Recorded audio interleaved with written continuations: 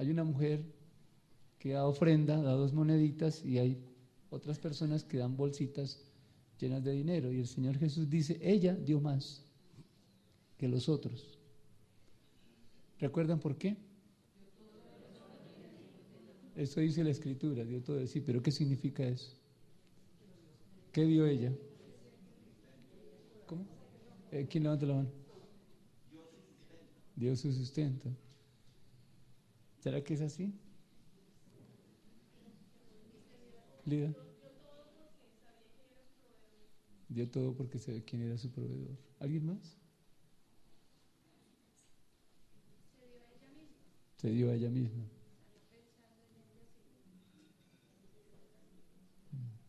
¿Por qué dio ella? ¿Por qué damos nosotros? ¿Será que dar el sustento es cuando le llegue la quincena, traiga la quincena y confíe que Dios es su proveedor? Pero eso fue lo que ustedes dijeron.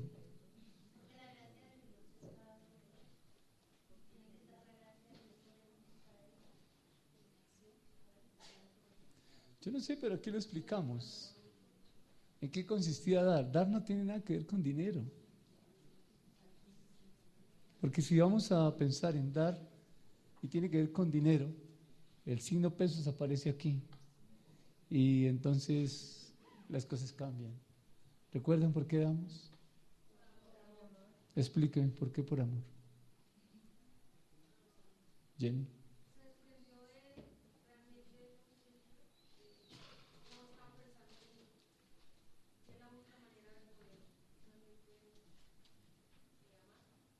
El principio del servicio es dar y darse. De tal manera amó Dios al mundo, amor, que dio, dar a su Hijo, es Dios mismo, dar y darse. Eso es servicio, dar y darse. Uno puede darle un mercado a una persona y olvidarse. Eso no es amor.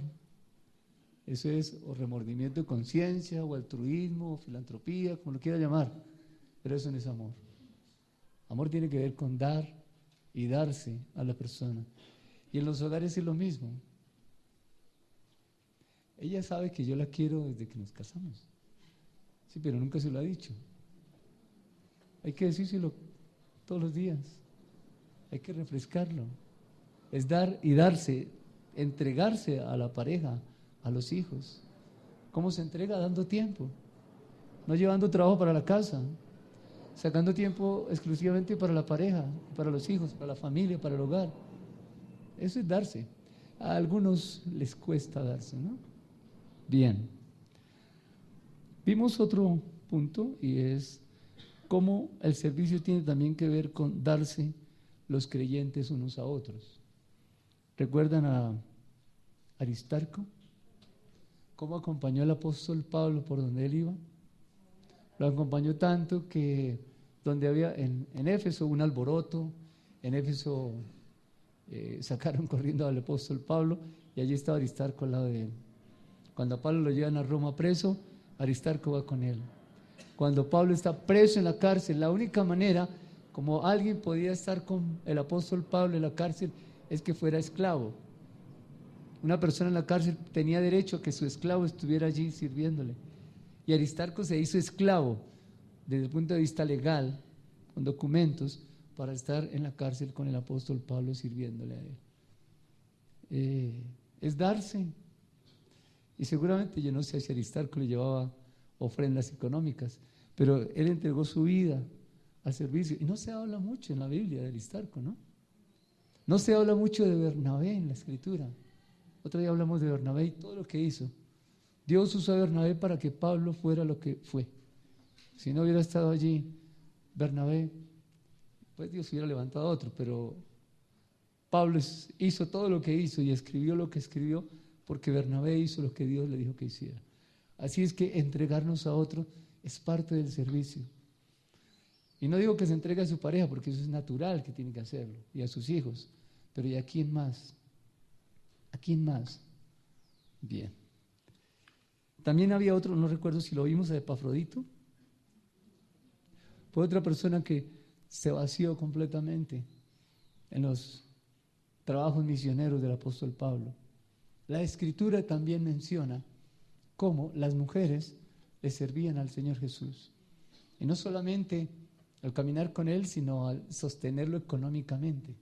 El ministerio del Señor Jesús fue sostenido económicamente, en lo que tiene que ver con eso, por mujeres.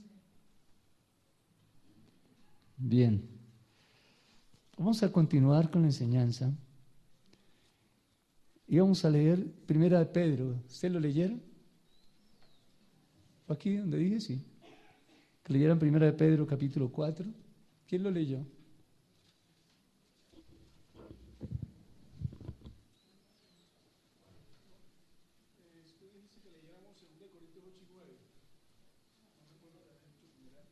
¿No dije Primera de Pedro? ¿Sí? ¿No? Bien. Vamos a Primera de Pedro capítulo 4.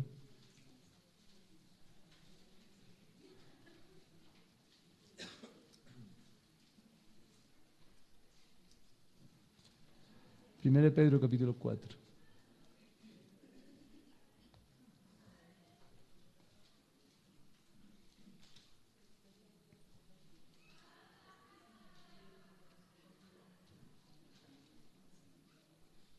Versículo 1.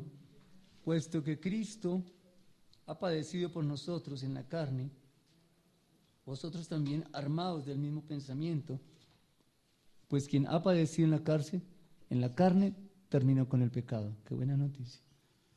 Para no vivir el tiempo que resta en la carne conforme a las concupiscencias de los hombres, sino conforme a la voluntad de Dios.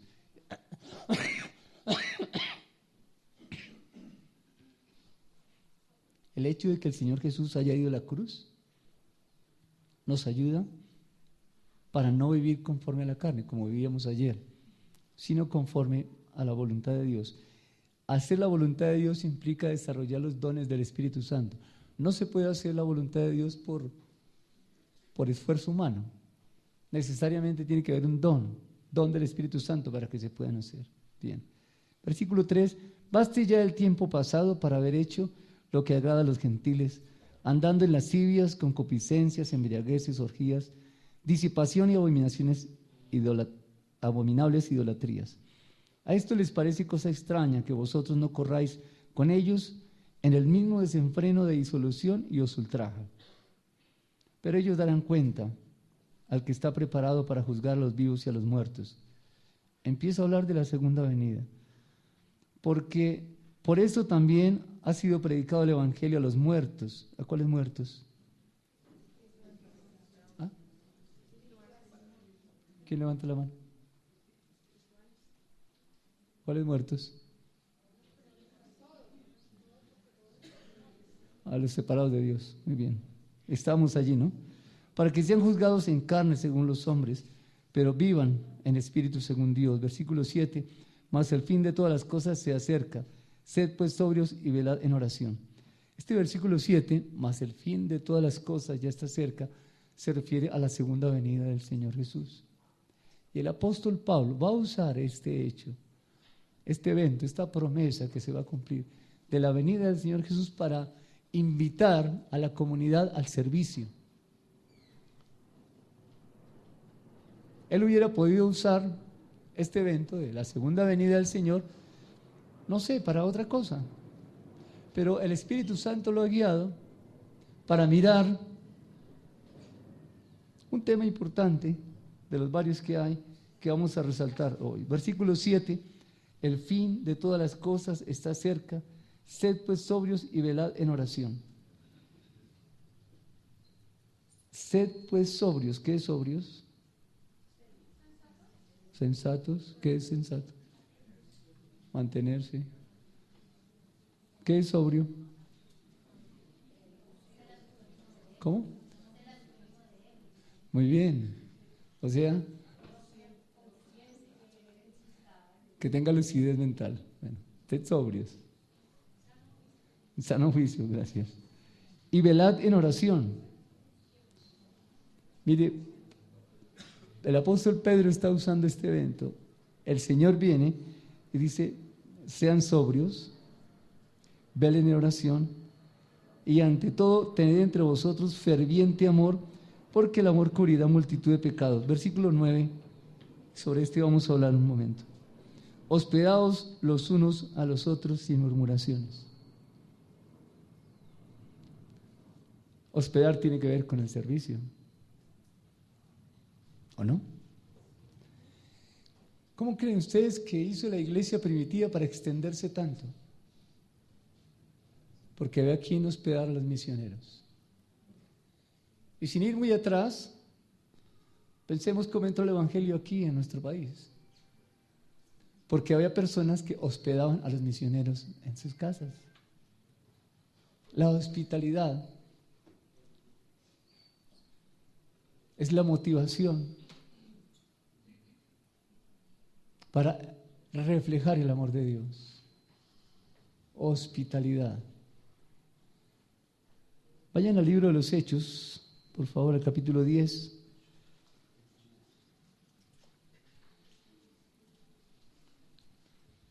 Hechos capítulo 10.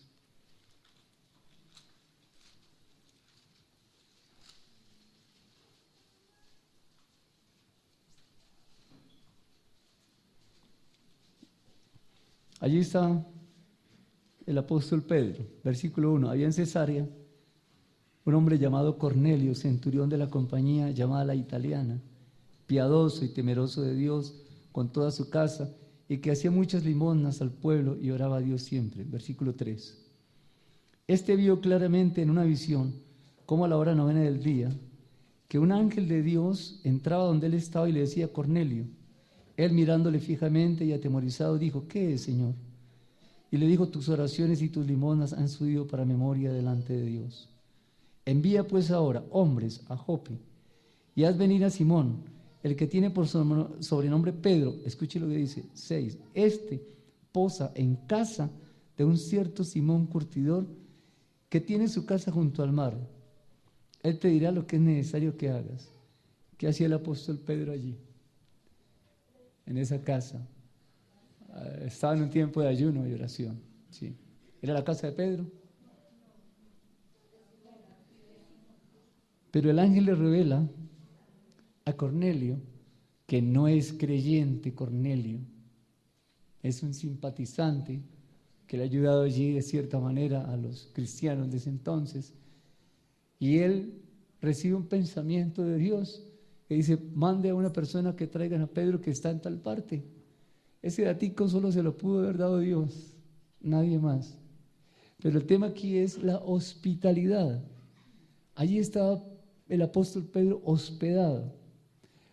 El avance de la iglesia cristiana en todos los tiempos ha tenido que ver con esto, con la hospitalidad.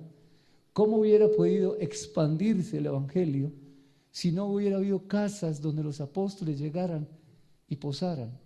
El Señor Jesús les dijo: vayan, entren a las casas, si los reciben bien, si no los reciben, pues salgan de allí. Pero tiene que haber una casa, porque Dios ha escogido.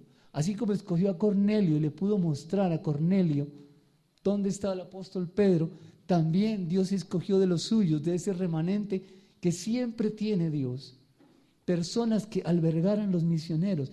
En Colombia fue así también. Hubo personas en el campo.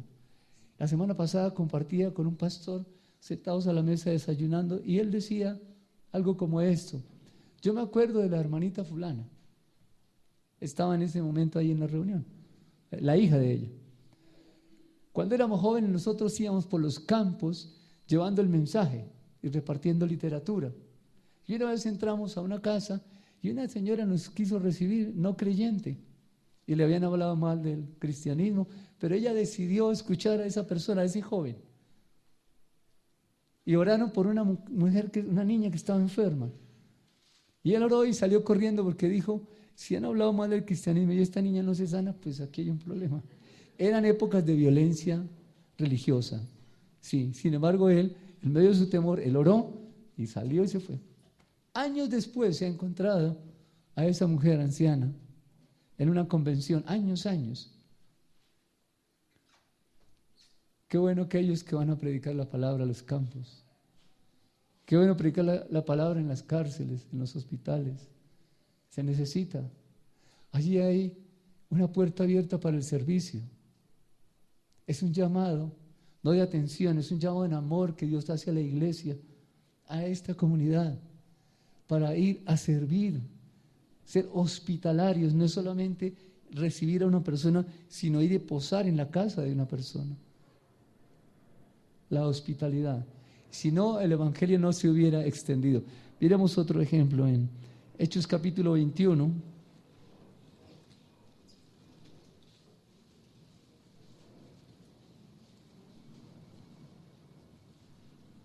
Versículo número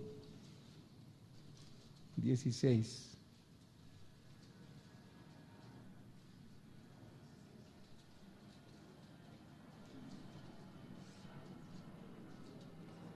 Y vinieron también con nosotros, está hablando el apóstol Lucas, y vinieron también con nosotros de Cesarea algunos de los discípulos, trayendo consigo a uno llamado Nasón de Chipre, discípulo antiguo con quien nos hospedamos, o nos hospedaríamos. Allí está otra vez el servicio, hospedar. Los discípulos se iban a hospedar en esa casa. Miremos otros versículos, como por ejemplo Romanos capítulo 16. En esas casas donde comenzaban a hospedar a hombres y mujeres de Dios, finalmente terminaban en iglesia. Capítulo 16 del libro de Romanos, desde el versículo 1 dice la escritura, Romanos 16.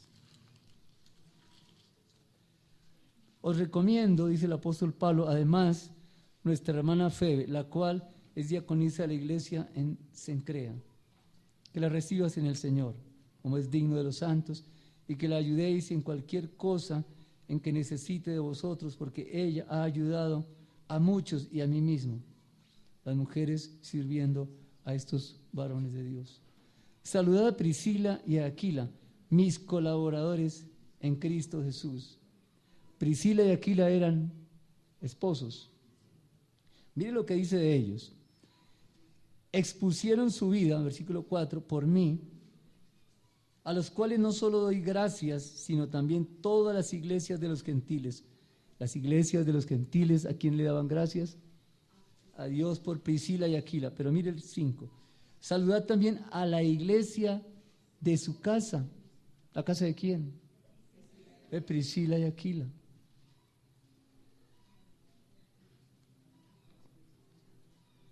Cuando usted va a un estudio bíblico en casa,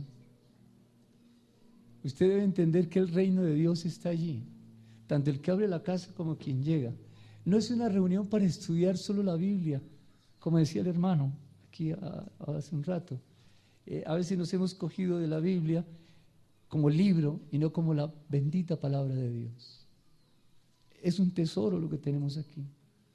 Aquí está el consejo de Dios, el pensamiento de Dios. La palabra es la expresión del pensamiento. Luego aquí está el pensamiento de Dios escrito. Cuando necesite que Dios le hable, vaya a la escritura. Pero si no abrimos la escritura y no estudiamos la palabra, ¿cómo espera que Dios le hable? Bien. Una iglesia que se abrió en una casa. 1 Corintios capítulo 16.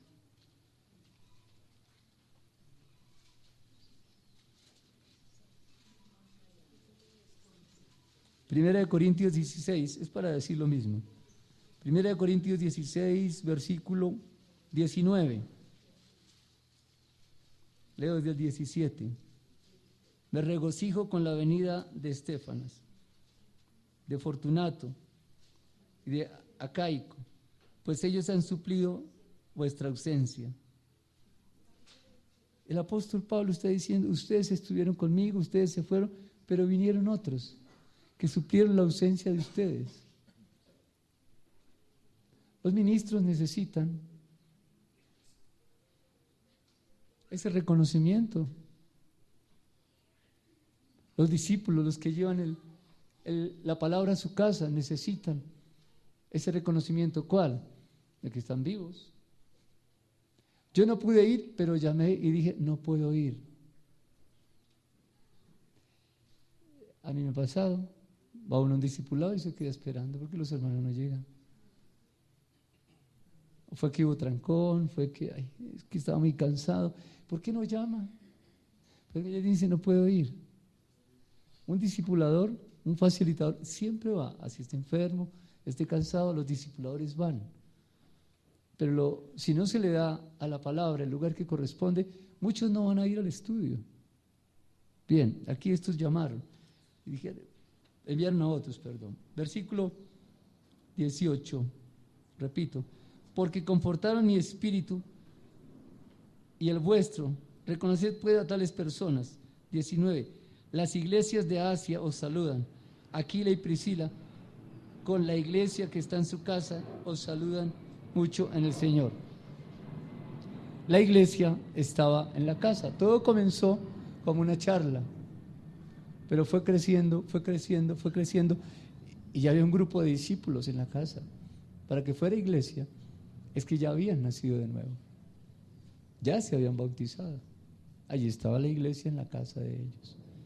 Bien, esos discipulados que tenemos en los hogares, esa es una iglesia. Quizá le parezca que tiene una estructura de iglesia, pero la iglesia en sí no tiene toda una estructura. La iglesia son hermanos que se reúnen a compartir la palabra de Dios, hermanos que se reúnen a orar. Esos grupos de oración que hay en las casas, eso es parte de la iglesia del Señor. Si usted no tiene un grupo de oración en su casa, ore para que en su casa haya un grupo de oración o de estudio bíblico. Ore por ello. Claro que sí. O involúcrese, porque cerca de la casa de ustedes debe haber alguien que abrió un grupo. Aquí abrimos varios grupos. Déjenme hacer un paréntesis. ¿Dónde? ¿Dónde hay grupitos de oración? ¿En qué casas? ¿En tu casa? ¿En tu casa hay grupo de oración? ¿Dónde es? ¿En qué barrio es? En el Carmen. En el Carmen hay un grupo de oración. ¿Dónde más? ¿Dónde Belisa también hay grupo de oración? Castilla. ¿Dónde más?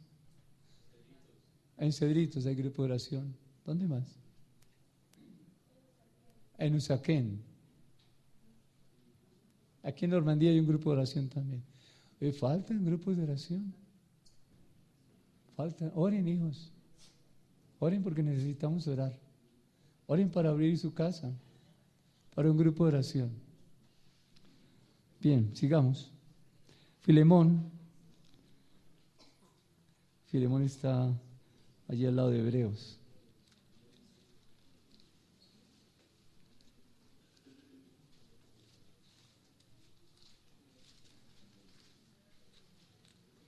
El don de enseñanza tiene que ser bajo los principios divinos. No es que me gusta enseñar y voy a enseñar. Voy a abrir un grupo porque tengo tiempo. No se abre un grupo porque tenga tiempo. No se abre un grupo porque ya terminé otro. Se abre un grupo por necesidad, porque Dios es el que lo abre. Si nosotros lo abrimos, pues vamos a tener que empujar ese grupo toda la vida. Si Dios lo abre, va a haber la enseñanza, la divina enseñanza de Dios. Bien, sigamos. Romanos capítulo 12. Romanos capítulo 12.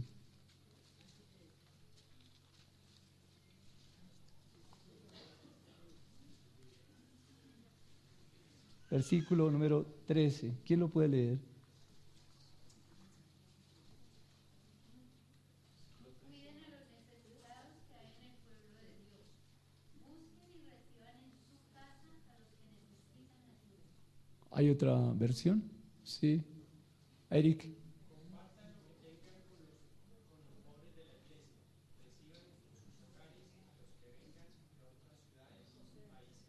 Gracias. Eric.